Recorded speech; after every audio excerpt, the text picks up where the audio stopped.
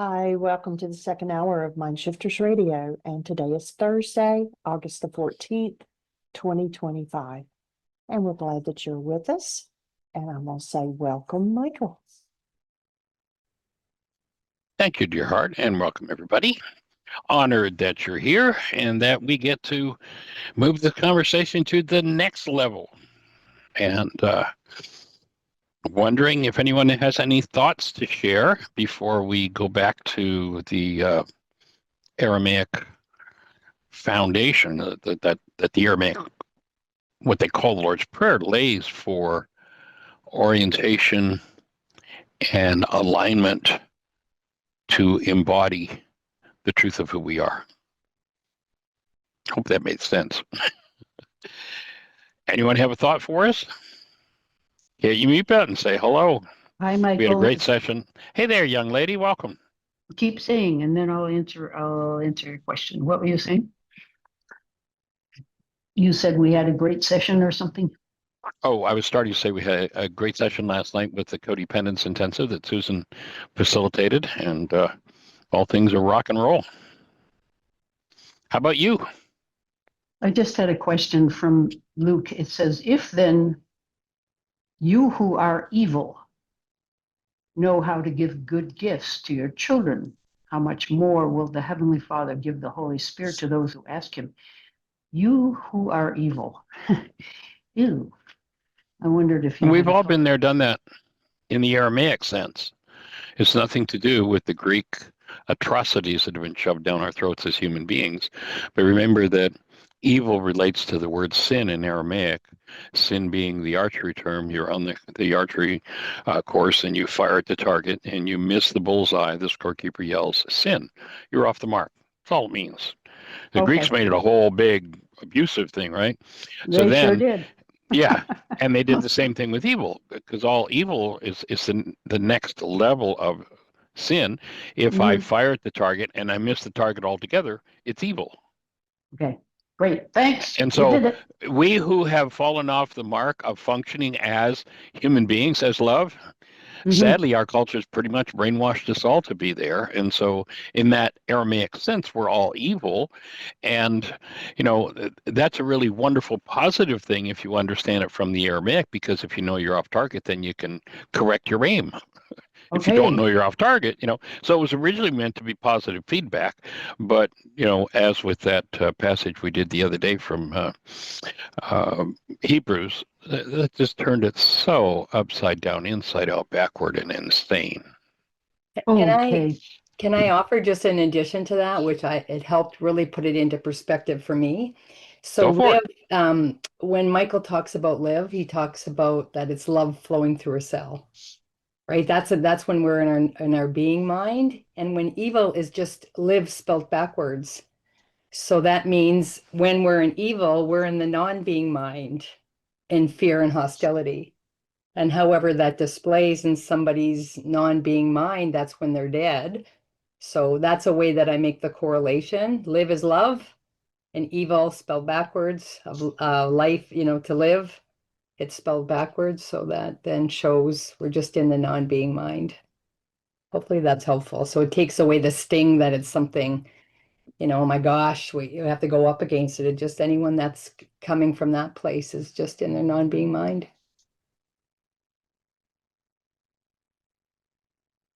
Yeah, that fits.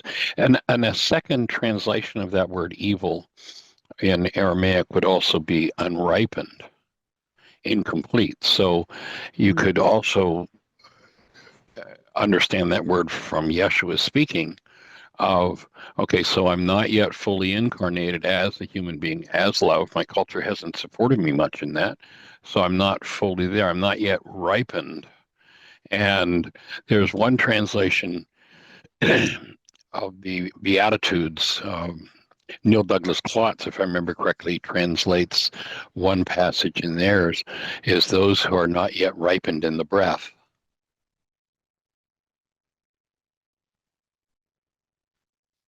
And so being off the mark or incomplete in our incarnation, and I'm seeing experiencing for myself that this incarnation process is definitely a process. And I had to laugh when my intuitive feedback yesterday when I when I said, like, oh, how long does this take? That the answer was, how long have you been away? In essence, how Oh, long have gee. you been evil? How long have we been off the Mm. mark? It's like, geez, Mm. how many years have been wasted and to have the opportunity to shorten those years, bring Carl things Jung back to has life. Carl Jung has been saying how many times, like constantly having to make the correction in Yes, ourselves. Constant, like every breath, practically. yeah, that's it.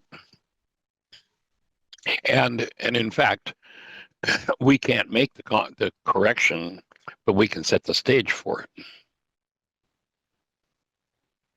And then the breath makes the correction. She, Ruka Dukuja, she who undoes the effects bearers and teaches us the truth.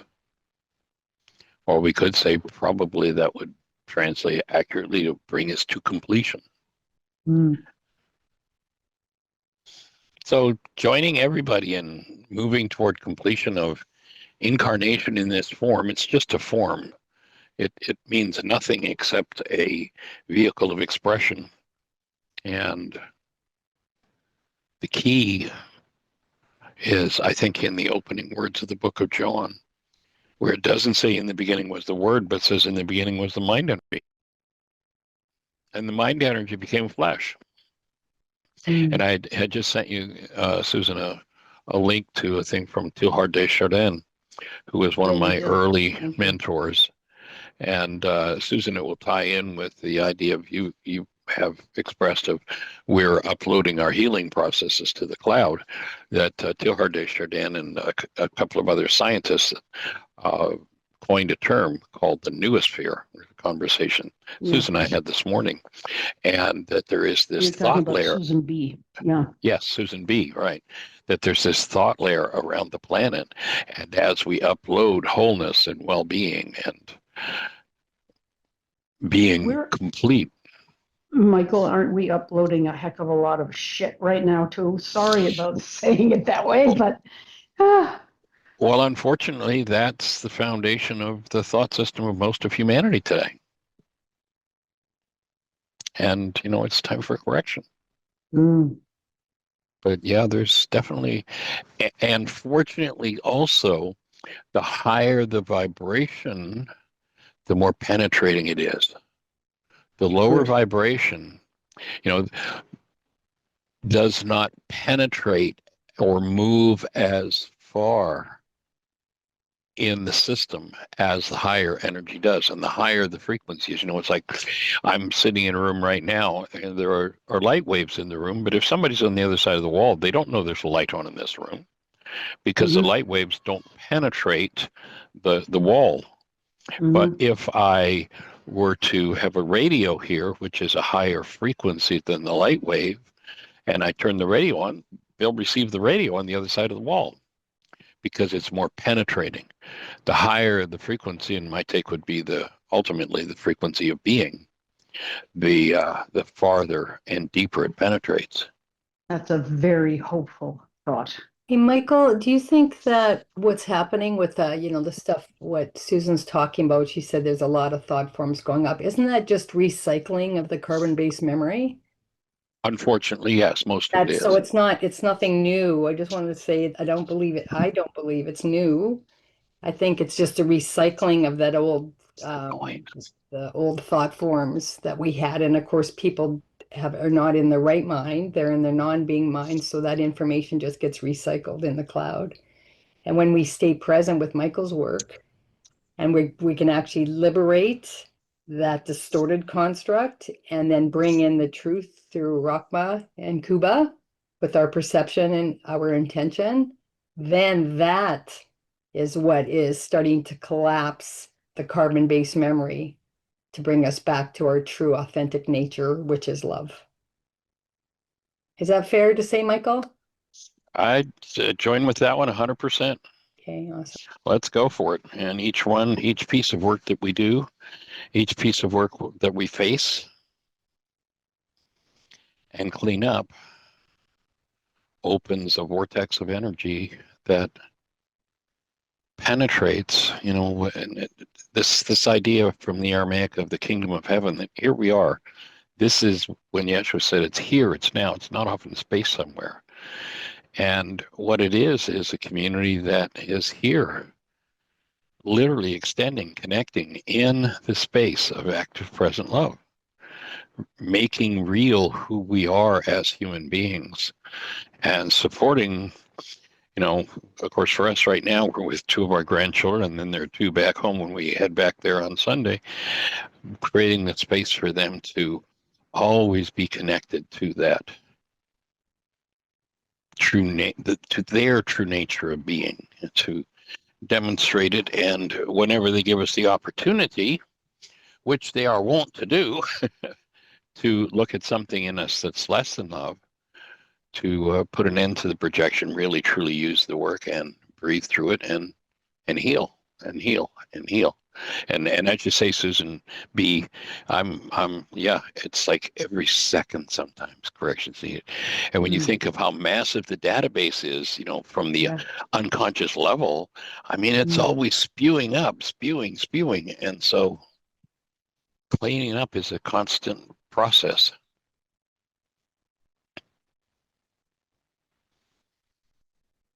Thanks, Michael. Carry on. I'm going to mute myself. Okay. Any other thoughts for you, Susan? I know, I just love the conversation because I would just say, yeah, because it really is, and I believe we were the ancestors that, Yes. we are at the effect of what we created in previous incarnations. And so we're just Right. here being able to be the healthy ancestor, to be, as you called it, the good ancestor. That thankfully, what I love is that we finally have the brain cells to perceive the truth. Oh my gosh, think of all the Yeah. incarnations I would have had that I would just been locked in the program with no spiritual awareness of the truth of what is. Yeah. And I have this sneaking suspicion that not only are we our own ancestors, but we're going to be our own descendants. So Yeah. there's no better Yeah. time to clean it up than now. I totally agree with you that we're coming back. We're exactly. And so the fact I just love, like I said last night with the group, right? That planting the seeds of all the work that I've done. When I planted the seeds, put it in for germination. And you and Jeannie and this group are the fruits of my efforts. And the soil. Yeah, and the soil, exactly. And then now we'll see Yeah. what gets revealed, what's unfolding and the seeds that are planting now, and then, the different layers of the plants that are growing within my own mind. So yeah, I thank you. Thank you, Susan, for bringing that up, and being able to share And that. this concept of the noosphere, there's the soil. Yeah. It holds. This is now, being pretty well established in scientific thought, this existence of the noosphere. And that's the soil that, as we upload the true mind energy that comes rather than through a glass darkly through our own shadow, that we're facing the shadow, cleaning it up and uploading thoughts directly based in and from the presence of conscious active love. Yeah. Yeah, for sure. And I love last night, Sarah, for everybody, if you weren't on that, last night, Sarah gave a perfect analogy. She used a paint by numbers analogy of a canvas. So the carbon-based memory program, imagine that we're coming in with these minds and we're following the paint by numbers with these distorted patterns. And when it actually is intended that we have a blank slate of pure love, but we have these paint by number patterning of all these distorted constructs and belief systems and patterning, and we're just following it. Called genetics. I know that wasn't that a good analogy? That I thought that was perfect. Yes. I know that just went, I mean, bing, bing, bing, and my neural pathways were all firing. I thought that was just freaking perfect. So I so appreciated that. Yeah. And then, Susan B. had sent me the video on the noosphere idea, or Do you the mind sharing dimension, the that with noosphere me? idea. Do you I mind sharing will. that? Okay. Sure. Yeah, I'll pass it on. Thanks, Susan B. I'm going to say thank you to you that you sent that off. And yeah, I'd love to see that. And you said And then the newest sphere. So how do you spell that? I'll send you Okay. a link. Okay. Sounds good. Okay. That'll give it all. And then you sent me, Susan F., a Yeah. quote from A Course in Miracles. It's just so perfect, from lesson 122. Yeah. Forgiveness clears your memory of all dead thoughts, so the remembrance of your Father can arise across the threshold of your mind. Isn't that perfect? So, yeah. Like that. And And of then course, also that would be the date. That's my idea for the day. I'm like, okay, you can't make this shit up. Can't make it up. Yeah, I loved it. I had to share that with you when I was reading it. I was like, no, and then also that other video I sent you about the 33, the process of the ascension. And I don't know if you had a chance to watch it, but that also, I haven't. it goes even deeper. It's exactly on point to what's happening. Yeah, cool. So, Sweet. yeah. Thank you. And then, of course, forgiveness, because the world has so mistrained us with that word forgiveness, the same as what I spoke about in Hebrews. Like, it's so far off base. Mhm. And the quote that I sent back to you that ties in with that from lesson 122: Yeah. let go all the things you think you want, and leave a clean and open space within your mind. Yeah. And we could tie it together. We could tie those two together. Leave a clean and open space within your mind for all dead thoughts to be removed, so that remembrance and the mind of Christ come to you. Yeah. And then number 8 on that further on and that particular lesson for everybody, by the way, it's page 217 in the Course in Miracles. It says, and just to give us to rest in safety and peace, it says, open your eyes today and look upon a happy world of safety and of peace. Forgiveness is the means by which it comes to take the place of hell. In quietness, it rises up to greet your open eyes and fill your heart with deep tranquility as ancient truths, forever newly born. I love that. Forever newly born, arise in your awareness. What you will remember that can never be described, yet your forgiveness offers it to you. Isn't that just, and then to open your eyes, it's the internal eye. It's not, the physical eyes, but being that. And the world is safe. And we're just collapsing the parts of us that says it isn't. Yeah. And it's offered. It's like it's eternally there for anyone who wants to Yeah. pick it up. And when he said forever newly born, and what did you say? You say forever newly born, the newly born state of the baby, which you reference in all your work, is love. It's not looks like love, not acts like love. It is the direct experience of being love right there when we look in the eyes of a newborn baby. So Exactly. and I wouldn't have, like, without you, yes, I would have read the Course in Miracles. This is my 3rd round at the Course in Miracles, by the way. So, Right.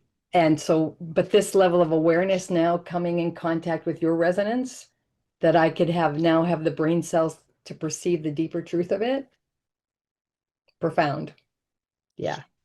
Profound.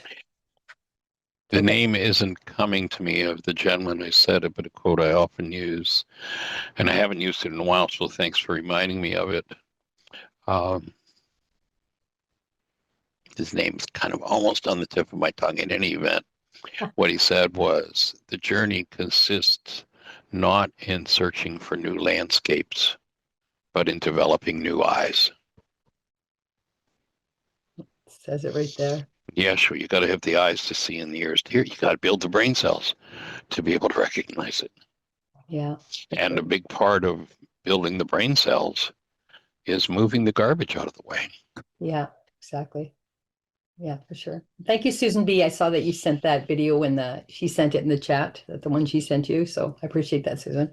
I will take Cool. that. Awesome. You guys Okay. are on top of a lot of stuff. I can do that. Send the link. Yep. Awesome. So I will definitely look at that. That's It's so funny to tell everybody. I was putting together my presentation. I came across a book about the human antenna. So, but I haven't read the book. I just saw the picture, so I put it in the presentation. And then I saw that Dr. Lipton had done a forward for it. And I've been to quite a few events with Dr. Lipton, who's amazing, years ago. And so I thought, I guess I'm wondering if I'm meant to read that book. And last night I just happened to go online, and lo and behold, the entire PDF of the book landed in my inbox. So I'm Cool. obviously meant to read the book. Time to read it. Yeah. There it was. Very Can't make it cool. up.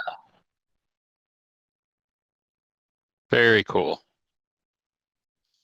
All Okay, right. Will I anyone have else have a another thought for us? question. Please. Yeah. Please do. So we started this discussion before the radio show, Michael, about Yes. about psychic, because my husband avoids the Course in Miracles because it came through a medium, and he calls it psychic.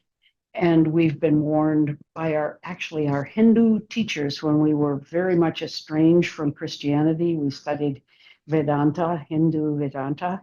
Yes. Our teacher told us to beware of psychics and psychic Yes. stuff. Comments, please. My offering would be that, you've heard me say this before, that the ego mind has a cheap copy of everything real in the spiritual dimension. We have an intuitive faculty. The soul has the ability, I would offer, to, if it's allowed to, tune into that subtle energy, to receive awareness of the actuality, input information from the actuality directly through the intuitive faculty. Otherwise, it comes through the mind. The cheap copy that the mind has of the intuitive faculty is the psychic. And I addressed this a little bit the other day. Somebody's got a relationship issue and they go to a psychic, and the psychic who went through a horrible, vicious divorce says, oh, not you've got relationship issues and here's what you need to do to heal, which the intuitive would likely do. Say, well, here's what you need to be doing to clean that up. What's the psychic say? The psychic, out of their own brain cells coming through carbon-based memory, projects their own, oh, you're going to have this horrible divorce. It's going to be vicious. You're going to be wanting to kill each other.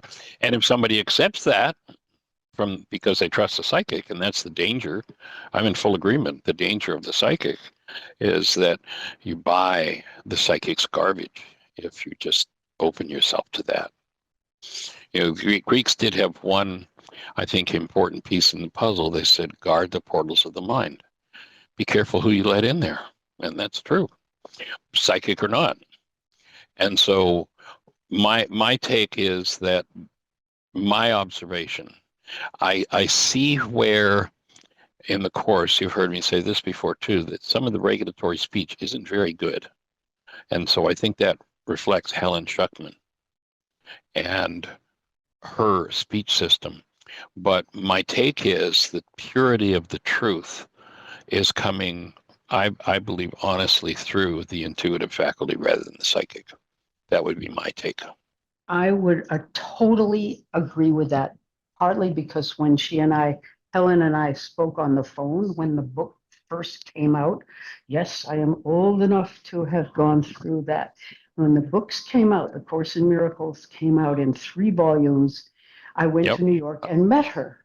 And she was in a terrible way. She said, do you believe in God? And I said, I put all my hope in God, but believe, I don't use that word. I can't. And she said, that's as good of an answer as I can metabolize. And she told me all about her fears, and she was very fussy. And she says, oh, I'm getting something. And she would pick up her pencil in this stenographer's notebook, and she would start writing, and I'd be quiet. Then she'd put it down, and I said, you just got something, didn't you? And she said, yes. I put it all down, but I almost don't know what it says. And I don't believe a lot of it. She was very clear about herself with her carbon-based memory and what was coming through. So she was, in a way, a pure vessel, but as a human, she suffered a lot. It was remarkable how much she suffered. And yet, as a contrast, I have a good friend who tells me she's very intuitive, and yet I don't go to her for counseling anymore. I used to, a couple of sessions with her, and I felt I was not safe, and I didn't think what she said was the pure message. It was mixed Right. up with some personal garbage. You've just put your finger on it, and I agree with you that Helen, despite the pain she went through, the confusion, talk about emotional dependency on Bill and other people, her funny relationship with her husband, with New York City and her professorship and everything else, she somehow stayed apart from that and filled up a bunch of notebooks and stuck them in a corner and let Ken Wapnick pick them up and run with them. It's the most amazing thing that this is It is. possible. It is, and the fact that the whole scribing of the course came to her out of some pretty horrific, from what I understand, conflict in her work life. That And was the original impetus that brought the right. course to her. Yeah, she had made the decision that there had to be another way between her and Bill Thetford.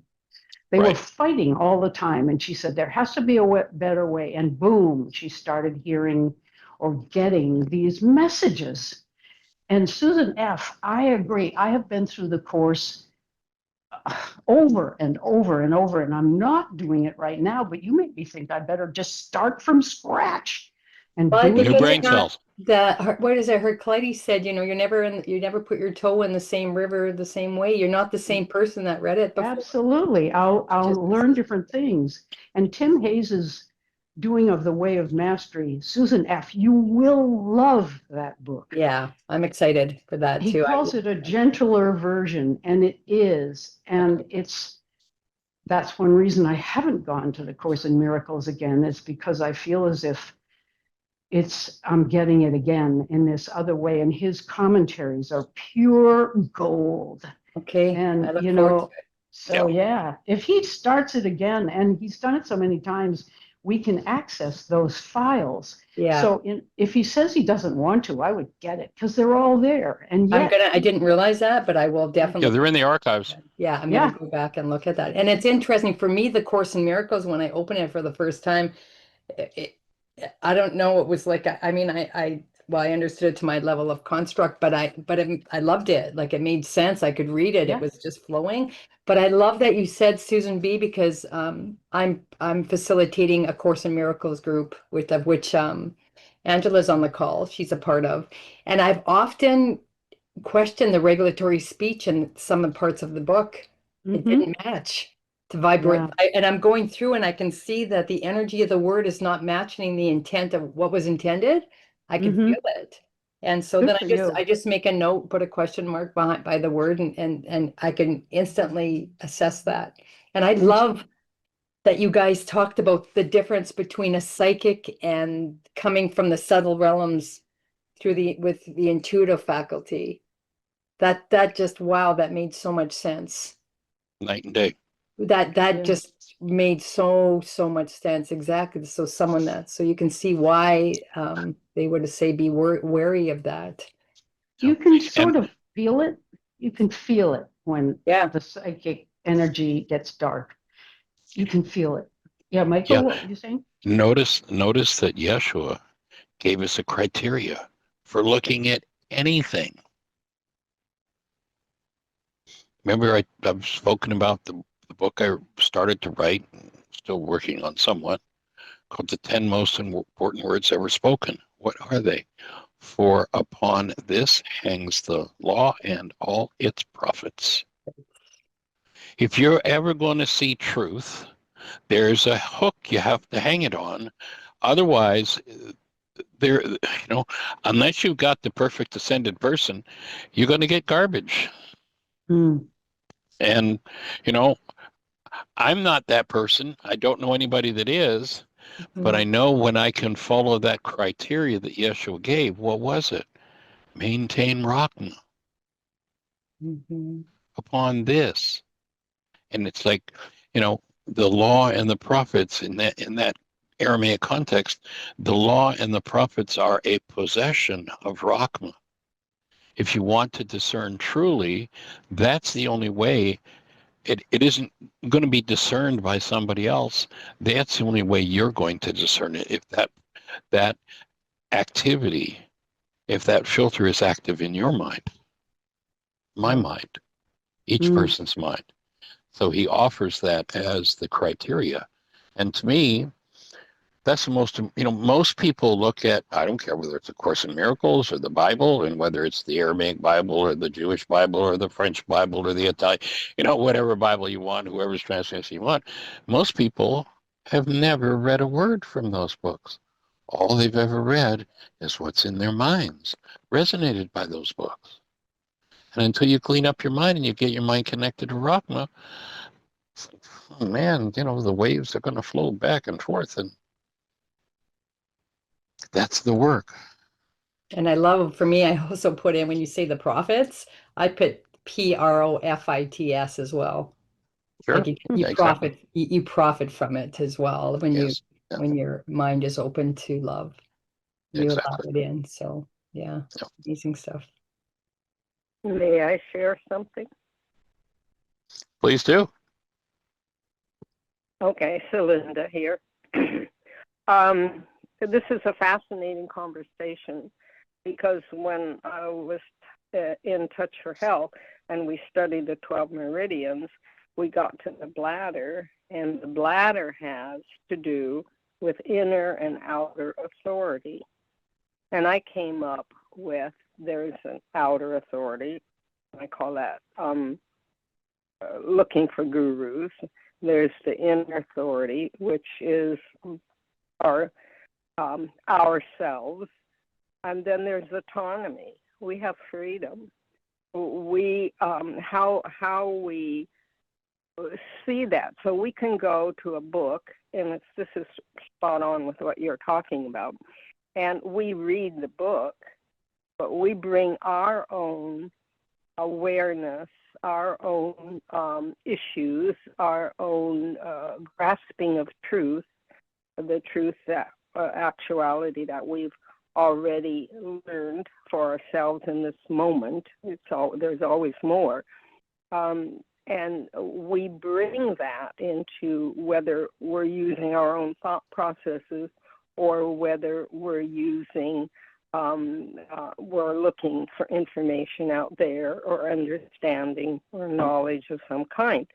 So what happens is the autonomy part is we have been made and created in the image and likeness of our source, and we are of the same substance, as Dr. Tim keeps saying. We came from love, we're made of love, and we are love, and everything else is false. However, where is our ultimate authority? We are sourced by our Creator. So doesn't it make sense that we would align ourselves with that which created us? So the ultimate authority, when we start waking up cell by cell, is to be co-creators with the Creator. And co-creators are cooperative, they're coordinated, they are community, it's a flat plane. There's no one who is the ruler up there telling you what to do. That's not my perception of source at all. We're just these little flecks of 1C, the wave of 1C, as the Baha'is would say, or as Tim would say, or the way of mastery, the little flecks of foam on the top of the wave of the sea, of the ocean of love and mercy. I know that's wending you through a whole bunch of visual images, but that's how my mind thinks. And the other thing that I was thinking of was I've come across several books by therapists talking about, not several books, but talking about this life of group souls, if you're familiar with group souls. And there are community of souls that we're part of that keep deciding communally what a person's issue is, which the person has the final say on, and what kind of play they're going to play down on Earth. And they're all changing these roles, so that thought of us ancestors and descendants is also spot on. If it actually is the situation where we all have our group families, and it's almost like being in the university on some level of soul, where of source of one of the rooms, many rooms in the mansions or many mansions of the Creator, then if we graduate from that university, then we end up adopting another soul group and going through a process again on a different plane or on a more sensitive plane. Does that make any sense to you all? I don't know. I have problems communicating sometimes because I'm visualizing everything as I speak. But that's my offering.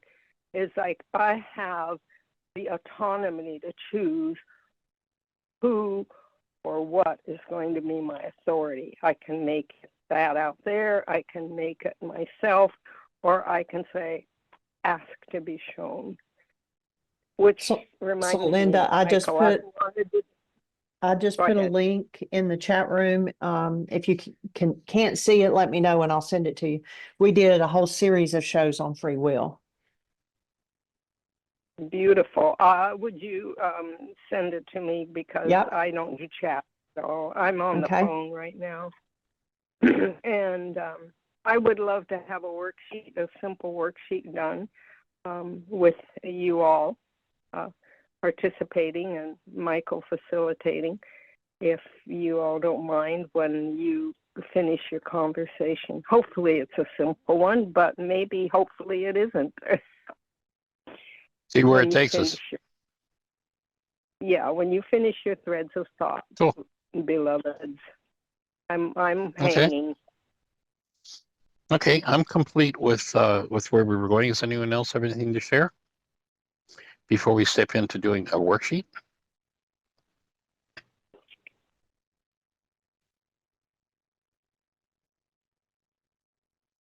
Okay, well then, what's on your mind, Celinda? What are you wanting to work on? Okay.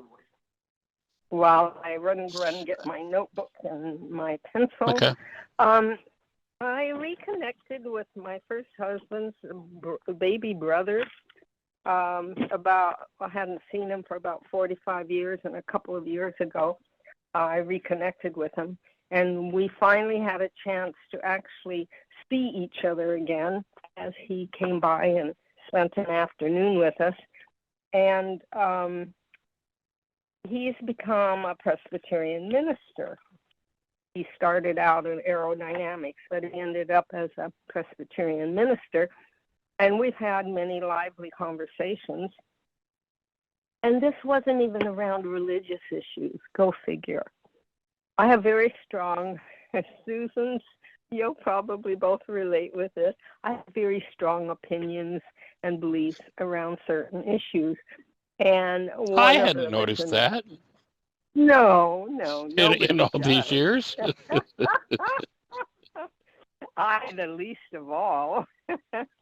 And so I have very strong issues about how we care for the earth and what a forest is, and the Department of Agriculture calling forestry farming.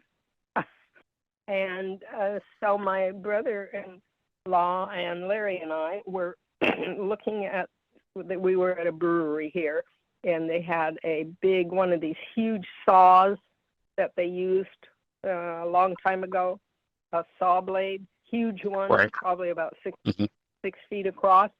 And Right. someone had done a mural on it, and it was a mural of this sawmill of the past. and all of the trees cut down and the bare earth and the stream going through. And then in the background, you could see all the forest. Well, what I saw was just a forest farm. And my brother-in-law started talking about, I'll try to make this very quick, how, we've come so far in our farming practices, of our forestry practices. And he said something about a farm. We're farming the forest now or something. And I just thought, oh my goodness.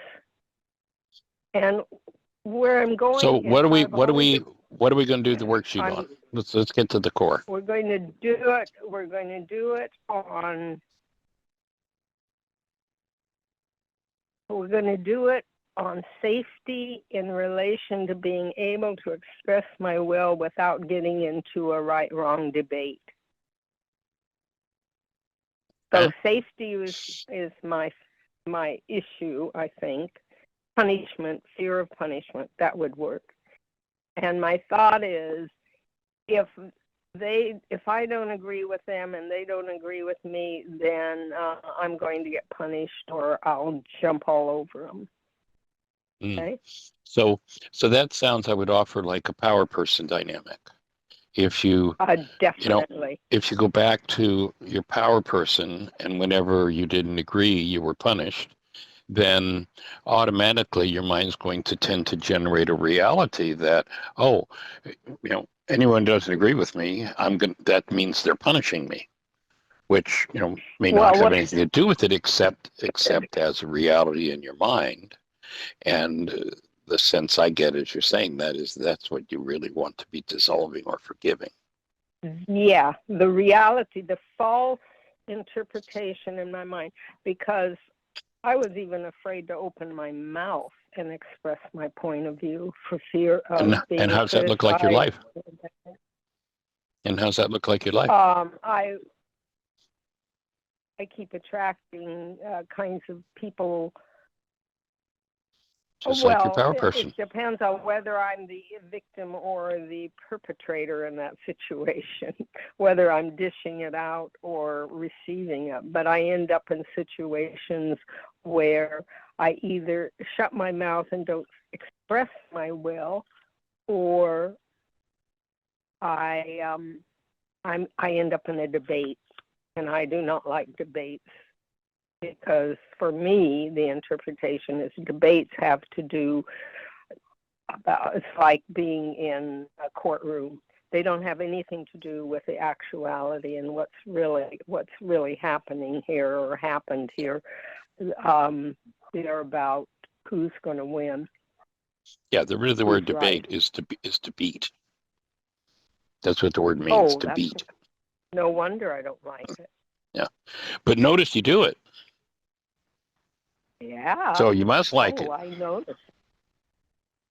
Well, I must think it's going to keep me safe if I have the power, if I feel strong enough in the situation.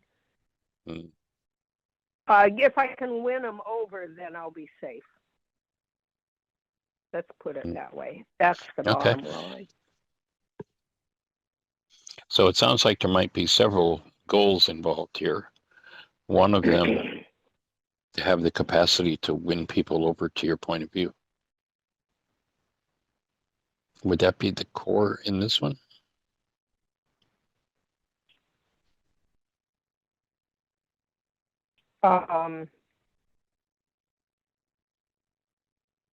Let me say it differently. Well, that would give me power if I were to win them over to my point of view. I would be in charge of my life then. Oh, this is sticky. Okay. So if you took that back to your power person, was it the dynamic? The only way I'll be safe and survive is if I can win them over?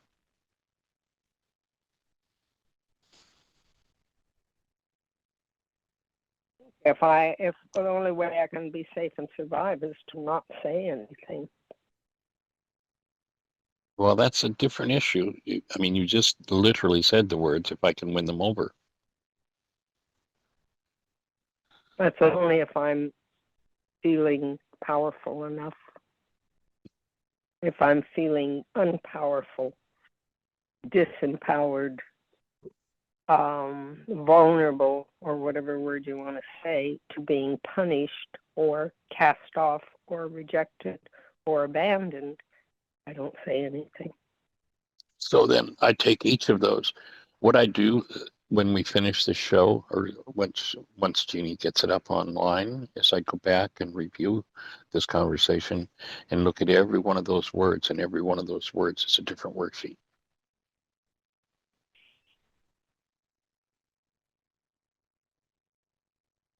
And every one of them, my offering, every one of them relates back to your power person.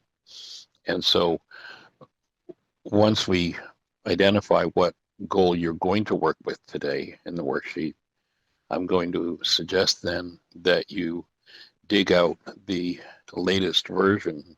I think I sent you one a few weeks ago or a couple months ago of the power person worksheet, and go through that whole power person worksheet around this issue, because that's what really needs to be unraveled in your mind, is the power person dynamic.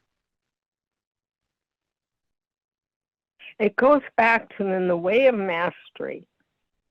And in chapter 10, it's a meditation.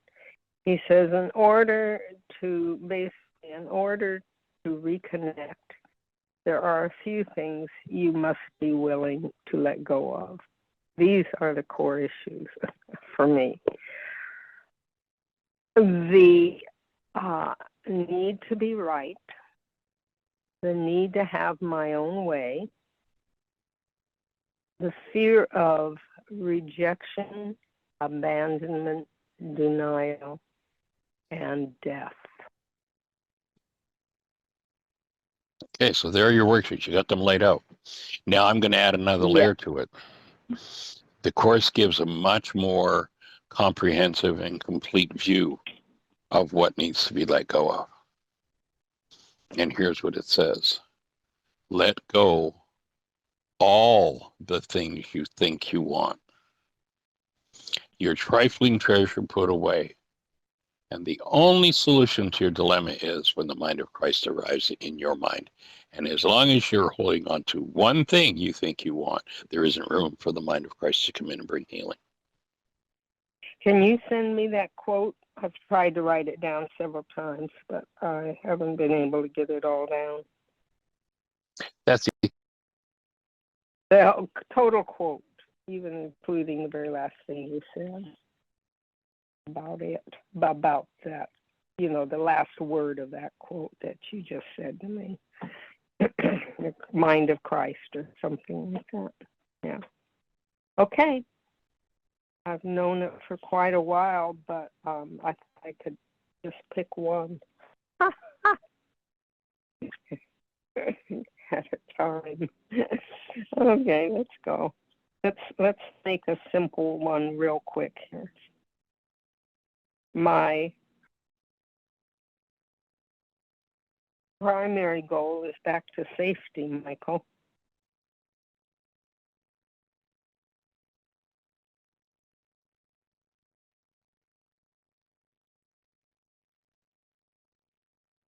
Michael, you're muted apparently.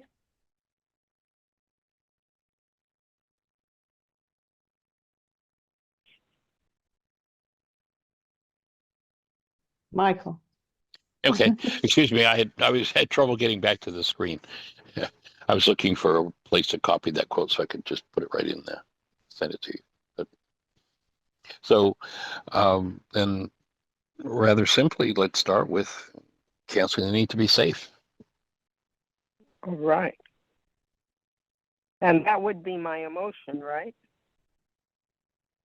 No, the safety would be a thought. The emotion would probably be fear. Emotion. I need to be safe. Why do I think I need to be safe?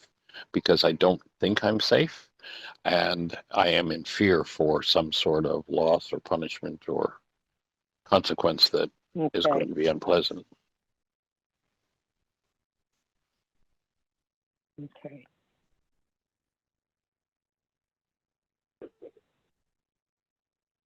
Opening my mouth is unsafe. Yeah, can be. Yeah. Mm. Okay. Okay. So how about just doing a quick mind shifter? Here, let's write down a quick mind Yeah. shifter. Yes. It's safe and healing.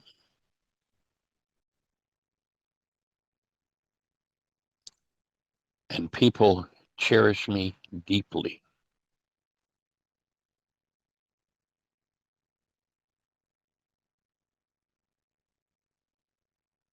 When I speak up and express,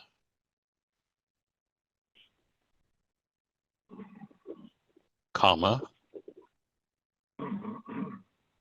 as I always do,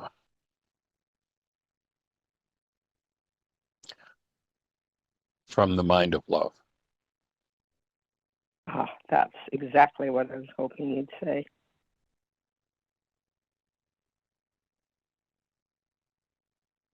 That feels so good to me. Now I get to find out what blocks me from how I sabotage myself from it, huh? Would you like a clue? Yes, I'd love a clue. Look in the corner of your mind where you keep hostility stored and trust it. When I say untrusted, I mean keep hostility stored and trust it. I'm not saying trust hostility. I'm saying look in the corner of your mind where you keep it stored and you trust it. And as the Course says, it will remain no longer than thought that gave that defense mechanism birth is cherished.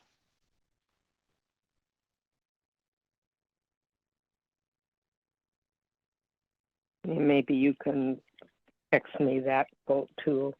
You know, I'll write it right on this page. Beautiful. And trust. Trust. Yeah, it might be useful to review the section from the Course in Miracles on the development of trust. And I think we did a video on that a while back, or a radio show on that, so it should be on our YouTube channel too. Yeah, Jeannie just sent me something about, I'd have to look it up because I'm on the phone right now. No, I Okay. sent you something on free will. Oh, well, no, then I'd love that too. Okay. So let's So those move.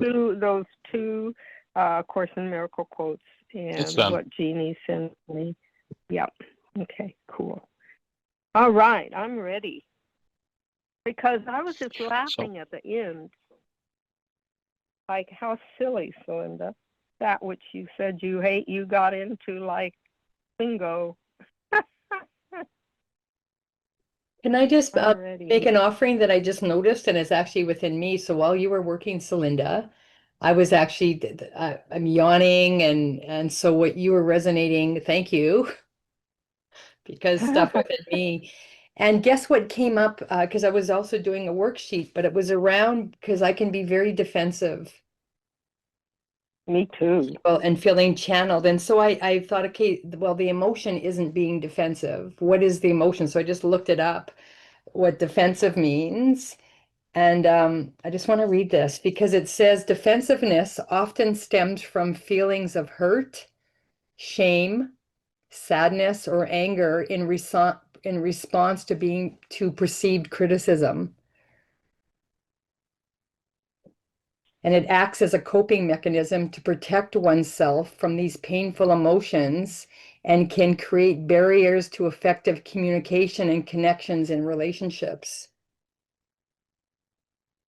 So thank you for that. So now you just gave me, because I used to be really defensive when I got challenged on anything because I got criticized a lot as a little person. There was perceived criticism constantly. So, but I didn't realize you helped me unpack that my pattern of defensiveness is a coping strategy to cover up these deeper emotions of hurt, shame, sadness, and anger. So I get to now go forward and do the deeper work around the emotions behind my defensiveness. So thank you. And Susan, here's another thing. I looked up the word defend, and what it means is to fend off. Defend is to strike back, basically. And that's our perception of it. That's our perception. But again, we're collapsing perception and bringing it into the state which Michael gave the mind shifter, which I will also do, that you get to, it is safe, easy, and healing. And people cherish me deeply when I speak up and express as I always do from the mind of love. And in the mind of love, guess where our strength comes from? In our defenselessness. That's the other piece that needs Yes, to be added to that yes, definition of yes. defense. Is the other thing that defensiveness does is it sets up a call Yeah. for the most expert person in the neighborhood who knows exactly how to do the attack that I hate the most to show up and do it to me. Energetically, that's what it does. And you just helped me see something. I'm just writing it down as coming in. So further to that, for me, it's safe. It is now safe, easy, and healing for me to communicate and express from love and rest in defenselessness. Well, I'd say you want to maybe change that word defenselessness, rest in safety, In safety. because Okay. defenselessness is still going to resonate defense Okay. on a speech level. Got it. Thank you. Oh my gosh. And Thanks, what I Belinda. Thank you. Oh my. Yeah. Well, I wanted to share what I meant about defend. I looked up the difference between protect and defend, and that's why I'm so hacksaw ridge with the gentleman who stood in place and refused to pick up a rifle, and that's the way I feel, because I realized when we justify our behaviors as self-defense, we're actually just justifying our behavior to attack back. Yeah. And Byron protect Katie just says, means to cover. and Yeah. Byron Katie says to defend is the first act of war. Yes, exactly. Because we're always defending our point of view. Yeah. So We're not really So, listening. so you might, so Linda, you might want to write down that admission the that admission. you just let slip out of your mouth. Did you catch it? Oh, when we Did you strike catch what you said? back. No. No, Did you I catch didn't, what you said? apparently. Okay. No, apparently not. So get your pen ready. Yeah, I We got it. are always defending our position. Oh, yeah. That's back to your power person dynamic. And that's a big admission from your unconscious. That's, Shakespeare, my words fly up, my thoughts remain below. That touches you into, I think, a core issue that you need to. And that's exciting you say that, Michael, because what broke it for me was my brother-in-law said, oh, that's just your position. And that's when I went, oh, exactly, Yeah, I hear that. We're always defending our own position. And so a position, we've already separated ourselves. Is that right? That would be accurate. Yeah. And if we're in defense, we've already given up our human lives. That's why the Course says, let go, not just this, or this. Let go all the things you think you want. Because all the things your mind tells you want are, in the Course's words, a trifling treasure. Put your trifling treasure away, and now there's space for your human life to enter your physiology and resolve all challenges. This The is mind delightful. remembers, Let's go back says, to the... yeah, the mind remembers, says, oh, I have a fix for this. I have a pseudo solution. There are about a dozen of them, if you remember, from the codependence workshop. And there are no pseudo solutions. They're all a lie. They're all a fraud. They will never produce the result. There's one thing that will produce the result you want. Let go all the things you think you want, your trifling treasure put away, and leave a clean and open space within your mind for the love of God to show up in your physiology. But as long as that space called conscious mind is filled with my position and my defense, and I have to be right, and I'm going to, and I, there's no room for the other to enter. You've got to make room for it to enter. Which, by the way, we had talked earlier about Course in Miracles and the psychic or intuitive aspect of it. For me, one of the major verifiers of the accuracy and pertinence of the Course in Miracles, not necessarily all of the regulatory speech in it, is that there are only two places on planet Earth that I have found the solution, that I've seen in all the years I've looked, and I've looked everywhere.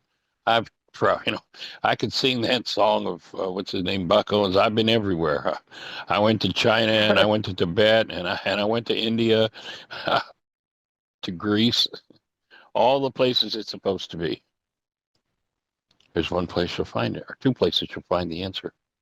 One is the Aramaic teachings of Yeshua. The other is A Course in Miracles. There are only two places I've ever seen a definition of how to forgive. Let go all the things you think you want. Your trifling treasure put away. Your defense, your attack, your justification, hostility, whatever. And by letting go of it, you leave a clean and open space. And what's interesting is all the things I want, and want originally meant a lack. Mm-hmm. Yeah. So coming from the perception of lacking, I don't have it, I want it. Yeah. Isn't that Yeah. what Adam and Eve did when they decided to eat of the fruit of the tree of knowledge of good and evil? Well, my offering is the thing that puts us in the fruit of the tree of the knowledge of good and evil is what I call the pseudo solutions. It's if the number one pseudo solution. If I could just figure this out, that's the fruit of the tree of the knowledge of good and evil.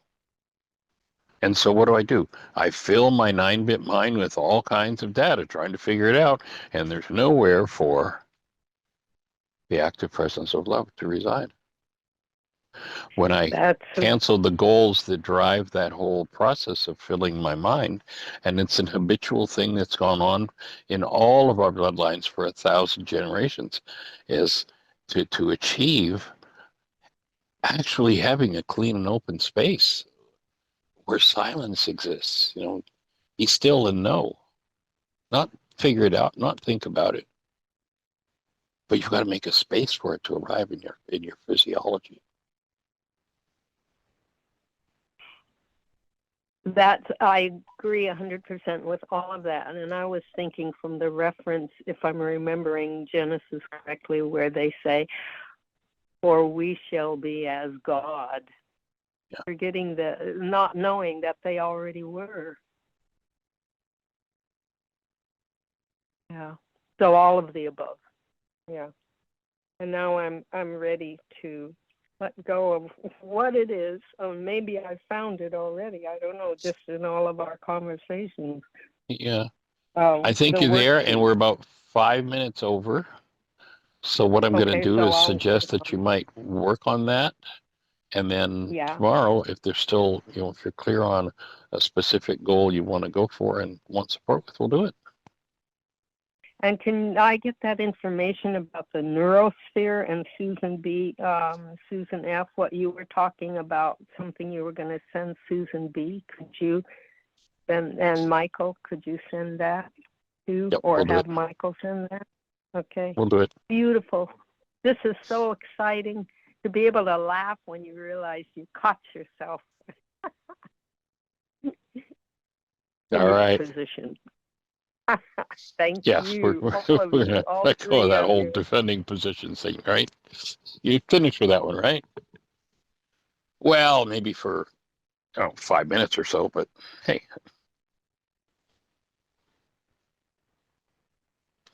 thanks for joining us, everybody. Exciting. Have a blessed one.